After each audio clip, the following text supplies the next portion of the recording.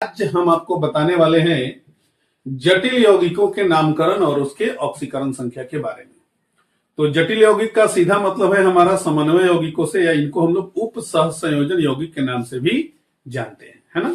तो आइए देखते हैं, पहले एक के बहुत ही प्रचलित सा उप सहसंयोजन यौगिक है या जटिल यौगिक है या समन्वय यौगिक है, इसको हम लोग पोटेशियम हेक्सासाइनोफेरेट के नाम से जानते हैं।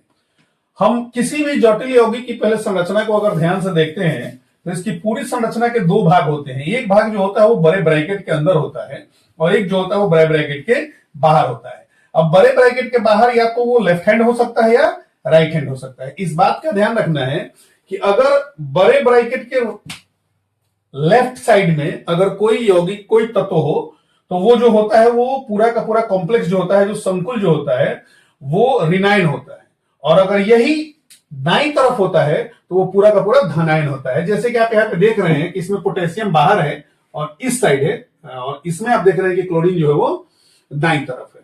तो ये यौगिक जो है इसको अगर हम यहाँ से हटाएंगे तो ये हमारा संकुल जो होगा वो पॉजिटिव हो जाएगा, और इसको यहां से हटाएंगे तो ये हमारा जो संकुल है वो निगेटिव हो जाएगा। तो यहां पे अगर हम देखें तो इसमें जो बड़े ब्रैकेट के बाहर चाहे इस साइड रहे चाहे इस साइड रहे, इसको हम लोग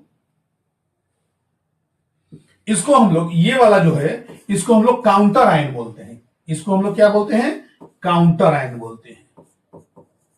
काउंटर आयन बोलते हैं, हिंदी में इसको प्रतिकारक आयन बोला जाता है।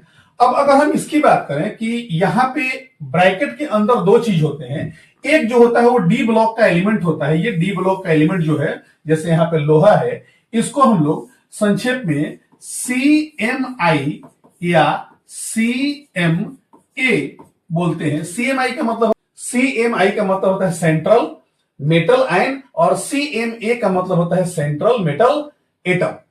इसके बाद जो हमारा बचता है, उसके बाद जो भी बचे, यानी कि सेंट्रल एटम के बाद जो भी बचता है उसको हम लोग लिगेंड्स कहते हैं।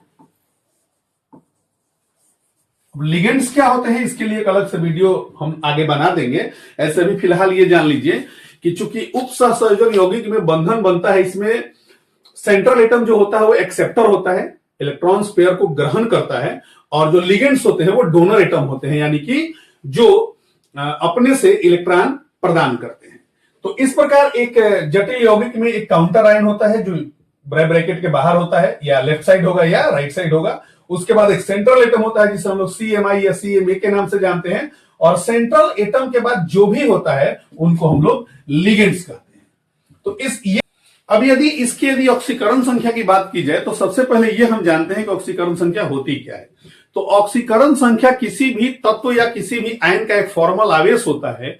जब उस तत्व को हम उसके यौगिक से अलग करते हैं और अलग करने के बाद वो उस पर परिलक्षित होता है, वही उसकी ऑक्सीकरण संख्या होती है। यहाँ पे देखिए हमारे एक स्लाइड में बहुत सारे लिगेंड्स के नाम लिखे गए हैं, और आप देख रहे हैं कि लिगेंड्स के नाम के बाद यहाँ पे हम उसके आयन के रूप में उसके ऑक्सीकरण संख्या को लिखे हैं। जैसे यहाँ पे क्लोरीन का -1, ब्रोमीन का -1, फ्लोरीन का -1, साइनाइड का -1, ऑक्साइड का -1, ऐसे करके जो भी उसके आयन परिलक्षित हो रहे हैं वो सभी ऑक्सीकरण संख्या ही होती है।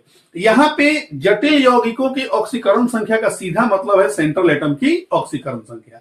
मतलब यह हुआ कि किसी भी जटिल यौगिक में यदि ऑक्सीकरण संख्या ज्ञात करना है तो वो सिर्फ सेंट्रल एटम की ऑक्सीकरण संख्या ज्ञात की जाती है। फॉर एग्जाम्पल यहाँ पे दो यौगिकों को हमने लिख रखा है, यहाँ इनकी हम ऑक्सीकरण संख्या ज्ञात करेंगे।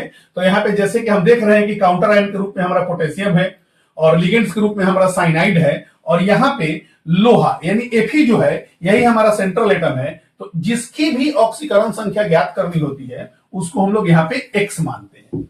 अब यहाँ पे ये X हो गया, और उसके बाद यहाँ पोटेशियम पहले वर्ग का तत्व है, तो पहले वर्ग के तत्वों की ऑक्सीकरण संख्या जो होती है वो +1 होती है। और यहाँ साइनाइड की ऑक्सीकरण संख्या आप देखिए, साइनाइड की ऑक्सीकरण संख्या में -1 यानी कि -1 है, तो साइनाइड की ऑक्सीकरण संख्या -1 होती है।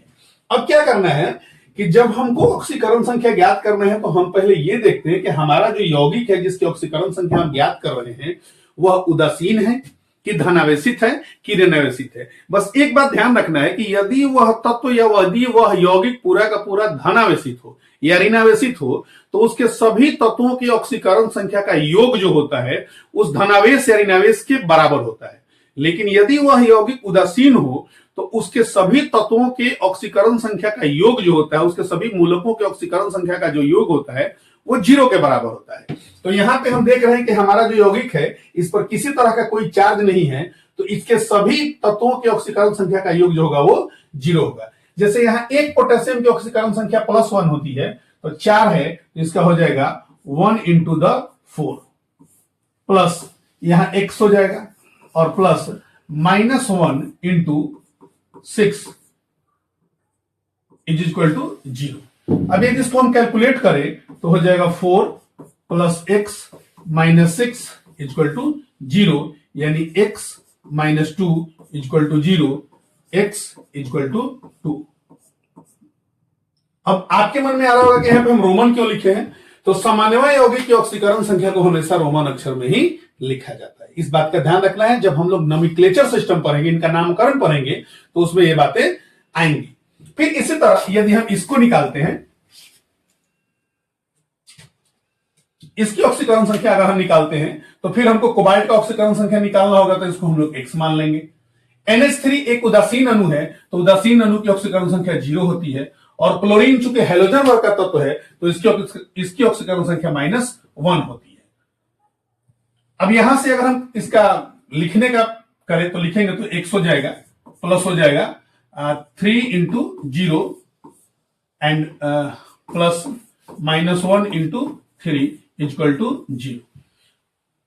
x plus 0 minus 3 equal to 0, तो x इक्वल टू 3 या 1 2 3।